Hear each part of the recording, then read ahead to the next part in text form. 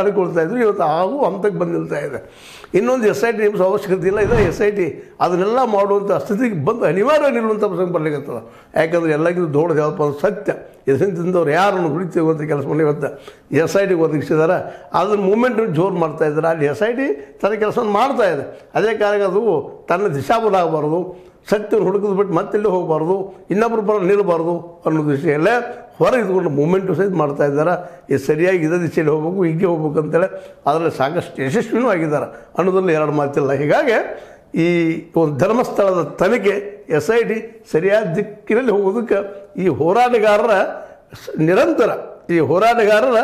ನಿರಂತರ ಎಚ್ಚರಿಕೆ ಹೆಜ್ಜೆಗಳು ಭಾಳ ಪ್ರಮುಖ ಪಾತ್ರ ವಹಿಸಿದಾವೆ ಅನ್ನೋದು ಅಷ್ಟ ಸತ್ಯದ. ಈ ದೂರುದಾರರನ್ರಿ ಅಥವಾ ಹೋರಾಟಗಾರರನ್ರಿ ಇವರೆಲ್ಲರ ಒಟ್ಟು ಪ್ರಯತ್ನದಿಂದ ಇವತ್ತು ಈ ಉತ್ತರ ಕರ್ನಾಟಕ ಸಹಿತ ಈ ಮೂಮೆಂಟ್ ಹಬ್ಬದ ಧರ್ಮಸ್ಥಳವನ್ನು ಸ್ವಚ್ಛ ಮಾಡುವ, ಪವಿತ್ರ ಮಾಡುವ ಕಾರ್ಯದಲ್ಲಿ ಅದು ಇನ್ನಷ್ಟು ಮುನ್ನುಗ್ತಾ ಇರೋ ಜೊತೆಗೆ ಧರ್ಮಸ್ಥಳದ ಭಕ್ತರನ್ನು ಅವರನ್ನು ಎಚ್ಚರಗೊಳಿಸಿ ಇಲ್ಲಿ ಅನ್ಯಾಯಗೋರರನ್ನು ಹೊರಗೆ ಹಾಕೋದು ನೀವೆಲ್ಲ ಸಹಾಯ ಬೇಕು ಅನ್ನೋ ದಿಶೆಯಲ್ಲಿ ಮೂಮೆಂಟ್ ಮಾಡ್ತಾ ಇದ್ದಾರೆ. ಇದರಿಂದ ಎಷ್ಟರ ಮಟ್ಟಿಗೆ ಇಫೆಕ್ಟ್ ಆಗ್ತದೆ, ಏನಾಗ್ತದೆ ನೋಡೋಣ ಅನ್ನೋದ್ರ ಜೊತೆಗೆ ಈ ಮರಳಿ ತನಿಖೆಗೆ ಸ್ಟಾರ್ಟ್ ಆಗಿದ್ದಾರೆ SIT. ಇದು ನಮ್ಮ ದೂರುದಾರರ ಹೋರಾಟಗಾರ ಸಾಧನೆ ಅನ್ನೋದ್ರಲ್ಲಿ ಎರಡು ಮಾತಿಲ್ಲ.